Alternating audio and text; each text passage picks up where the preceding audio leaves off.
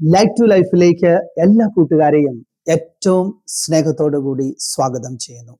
നമുക്കറിയാം 10ലും 12ലും ഒക്കെ പഠിക്കുന്ന കുട്ടികൾക്ക് വേണ്ടിയുള്ളൊരു സെഷനാണിത്.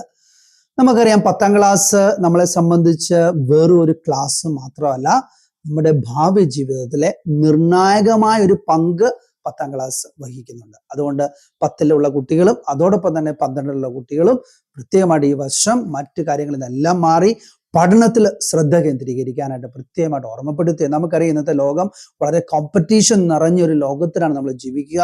അവിടെ നല്ലൊരു കോളേജിലൊക്കെ പഠിച്ച് നല്ല രീതിയിൽ ഔട്ട്സ്റ്റാൻഡിംഗ് ആയിട്ട് വന്നാലാണ് നല്ല ജോലിയും നല്ല സാലറി പാക്കേജ് ഒക്കെ നമുക്ക് ലഭിക്കും എന്നുള്ള കാര്യം നിങ്ങൾക്ക് എല്ലാവർക്കും അറിവുള്ളതാണ്. അതുകൊണ്ട് നമുക്കറിയാം അതിൽ ഈ ഒരു ടോക്കിൽ നമുക്ക് എങ്ങനെ നമ്മുടെ 10ാം ക്ലാസ്സിനെ ഏറ്റവും നല്ല രീതിയിൽ മുമ്പോട്ട് പോയി നല്ലൊരു റിസൾട്ട് എങ്ങനെ ഉണ്ടാക്കിയെടുക്കാം എന്നതിനെ കുറിച്ചാണ് നമ്മൾ ചിന്തിക്കുക. ഇപ്പൊ എന്താണ് ഈ 10ാം ക്ലാസ്സിന്റെ പ്രത്യേകത? നമ്മൾ ചിലപ്പം KG മുതൽ പഠിച്ച കുട്ടികളാണെങ്കിൽ 17 വർഷത്തിന് ശേഷം നമ്മൾ ഒരു ബോർഡ് എക്സാമിന് അറ്റൻഡ് ചെയ്യാനായിട്ട് പോവുക. First board examination in your life. നമ്മുടെ ജീവിതത്തിലെ ഫസ്റ്റ് ബോർഡ് എക്സാം ആണ്. നമ്മുടെ ജീവിതത്തിൽ വളരെ പ്രധാനപ്പെട്ട ഇത് കഴിഞ്ഞിട്ട് വേണം നമുക്ക് ഏത് സ്ട്രീം എടുക്കണം, അതിനെക്കുറിച്ച് നമ്മുടെ കരിയറിനെ കുറിച്ച് നമ്മുടെ ഭാവിയെക്കുറിച്ച് ഒക്കെ ചിന്തിക്കേണ്ടത്. അതുകൊണ്ട് ഒന്നാമത്തെ ചെയ്യുന്ന കാര്യം എന്താണ്? നമ്മൾ പഠിക്കുന്ന ബോർഡിനെ കുറിച്ച്, ചിലപ്പോൾ സ്റ്റേറ്റ് ബോർഡ് ആയിരിക്കാം, CBSE ബോർഡ് ആയിരിക്കാം, ICSE ബോർഡ് ആയിരിക്കാം. ആ ബോർഡിനെ കുറിച്ച് നമുക്ക് കൃത്യമായിട്ടുള്ള ധാരണ ഉണ്ടായിരിക്കണം. അതിന്റെ ക്വസ്റ്റ്യൻസ് ഒക്കെ എങ്ങനെയാണ് വരുന്നത്, അസൈൻമെന്റ്സ് എങ്ങനെയായിരിക്കും, അതിനെക്കുറിച്ചുള്ള കൃത്യമായ ഒരു ധാരണ ഉണ്ടായിരിക്കുന്നതാണ് ഒന്നാമത്തെ കാര്യം. എന്താണ് ഈ 9ഉം 10ഉം തമ്മിലുള്ള വ്യത്യാസങ്ങൾ? 9ാം ക്ലാസ്സിൽ സ്കൂൾ ലെവൽ എക്സാം ആണെങ്കിൽ 10ാം ക്ലാസ്സിൽ ബോർഡ് ലെവൽ എക്സാം ആണ്. 9ാം ക്ലാസ്സിൽ പ്രഷർ ഇച്ചിരി കുറവായിരിക്കും, 10ാം ക്ലാസ്സിൽ ടെൻഷനും കാര്യങ്ങളും ഹയർ എക്സ്പെക്ടേഷൻ ആണ് ഇച്ചിരി കൂടും. അതോടൊപ്പം തന്നെ 9ാം ക്ലാസ് ചിലപ്പോൾ ഒരുപക്ഷെ നമുക്ക് ഫ്ലെക്സിബിൾ ആയിട്ടുള്ള ഒരു പ്രിപ്പറേഷൻ ആയിരിക്കും. എപ്പോഴെങ്കിലും ഒക്കെ പഠിച്ചു. പക്ഷേ 10ാം ക്ലാസ്സിൽ എങ്ങനെയാണ് സ്ട്രക്ചേർഡ് പ്രിപ്പറേഷൻ, അതായത് നമുക്ക് കൃത്യമായിട്ടുള്ള ടൈം ടേബിളുകളും കാര്യങ്ങളും അല്ല എല്ലാ കാര്യങ്ങളും ചെയ്യാനുണ്ടായിരിക്കണം. എങ്കിലാണ് നമ്മുടെ കഴിവനുസരിച്ചുള്ള ഔട്ട്പുട്ട് റിസൾട്ടിലേക്ക് നമുക്ക് എത്തിച്ചേരാണ്ട് പറ്റുള്ളൂ. അത് 9ാം ക്ലാസ് ലേണിംഗ് ബേസിക് ആയ കാര്യങ്ങളാണ് പഠിക്കുന്നത്. 10ാം ക്ലാസ്സിൽ application, concept clarity, CBSE board ഒക്കെ ആണെങ്കിൽ പല ക്വസ്റ്റ്യൻസുകളും ആപ്ലിക്കേഷൻ ടൈപ്പ് ആണ് വരുന്നത്. അപ്പൊ ആ കോൺസെപ്റ്റിനെ കുറിച്ച് പഠിക്കുന്ന കാര്യങ്ങളെ കുറിച്ച് കൃത്യമായിട്ടുള്ള ക്ലാരിറ്റികൾ നമുക്കുണ്ടായിരിക്കണം. അതുകൊണ്ട് എന്തൊക്കെയാണ് പ്രത്യേകമായിട്ടുള്ള ചലഞ്ചസ് നമ്മൾ ഈ 10ാം ക്ലാസ് ഫേസ് ചെയ്യാനായിട്ട് പോവുക? ഒന്നാമതായിട്ട് സിലബസ് കൂടി, ടൈം മാനേജ്മെന്റ്, ട്യൂഷൻ സ്കൂൾ കഴിഞ്ഞ് വന്ന ഉടനെ ട്യൂഷന് പോകുന്നതിന് സെൽഫ് സ്റ്റഡിക്കും മറ്റു കാര്യങ്ങളും ഹോംവർക്ക് ചെയ്യാൻ അസൈൻമെന്റ് ചെയ്യാനായിട്ട് സമയം കുറവാണ്. ടൈം മാനേജ്മെന്റ് നമ്മൾ ചെയ്യണം. അതോടൊപ്പം തന്നെ സ്ട്രെസ്സും ആൻസൈറ്റി ഒക്കെ കൂടാനായിട്ടുള്ള സാധ്യതകളുണ്ട്.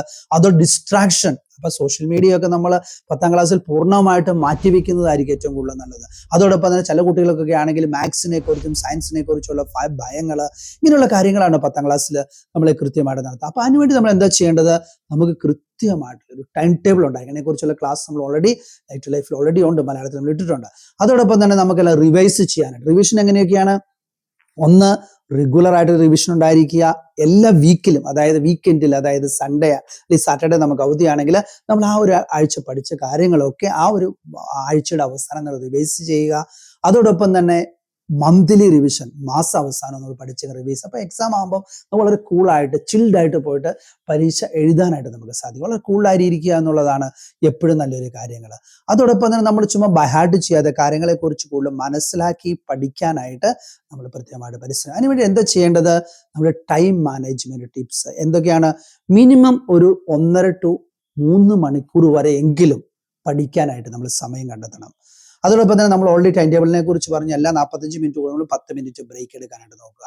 പിന്നെ നമുക്കറിയാം നമ്മുടെ സ്കൂളിലെ കാര്യങ്ങൾ, ട്യൂഷന് പോകുന്ന ട്യൂഷന്റെ കാര്യങ്ങൾ, മറ്റേ സെൽഫ് സ്റ്റഡി ഒക്കെ മാനേജ് ചെയ്യാനായിട്ട്, ബാലൻസ് ചെയ്യാനായിട്ട് നമുക്ക് സാധിക്കണം. മിനിമം ഒരു 7 hours എങ്കിലും, 7 മണിക്കൂറെങ്കിലും കിടന്ന് ഉറങ്ങുന്നതിൽ പ്രത്യേകം ശ്രദ്ധിക്കുകയും അവസാന നിമിഷത്തെ നമ്മുടെ ഒരു പ്രിപ്പറേഷനുള്ള ആ ഒരു സ്വഭാവം മാറ്റി റെഗുലറായിട്ട് കാര്യങ്ങളൊക്കെ ഒരുങ്ങിയിരിക്കാനുള്ള കാര്യത്തിന് വേണ്ടി പ്രത്യേകമായിട്ട് നിങ്ങൾ പരിശ്രമിച്ചു കഴിഞ്ഞാൽ നല്ലൊരു വിജയത്തിലേക്ക് എത്തിപ്പെടാനായിട്ട് സാധിക്കും. അപ്പൊ എല്ലാ കൂട്ടുകാർക്കും 10ാം ക്ലാസ്സിലും 12ാം ക്ലാസ്സിലും ഒക്കെ ഈ വർഷമായിരിക്കുന്ന 2026-27 ബാച്ചിലുള്ള എല്ലാ കൂട്ടുകാർക്കും എല്ലാ ദൈവാനുഗ്രഹങ്ങളും ആശംസിക്കുന്നു. ടൈം ടേബിളും മറ്റു കാര്യങ്ങളും സ്റ്റഡി മെഡിറ്റേഷനും എല്ലാം നമ്മുടെ ചാനലിൽ അവൈലബിൾ ആണ്.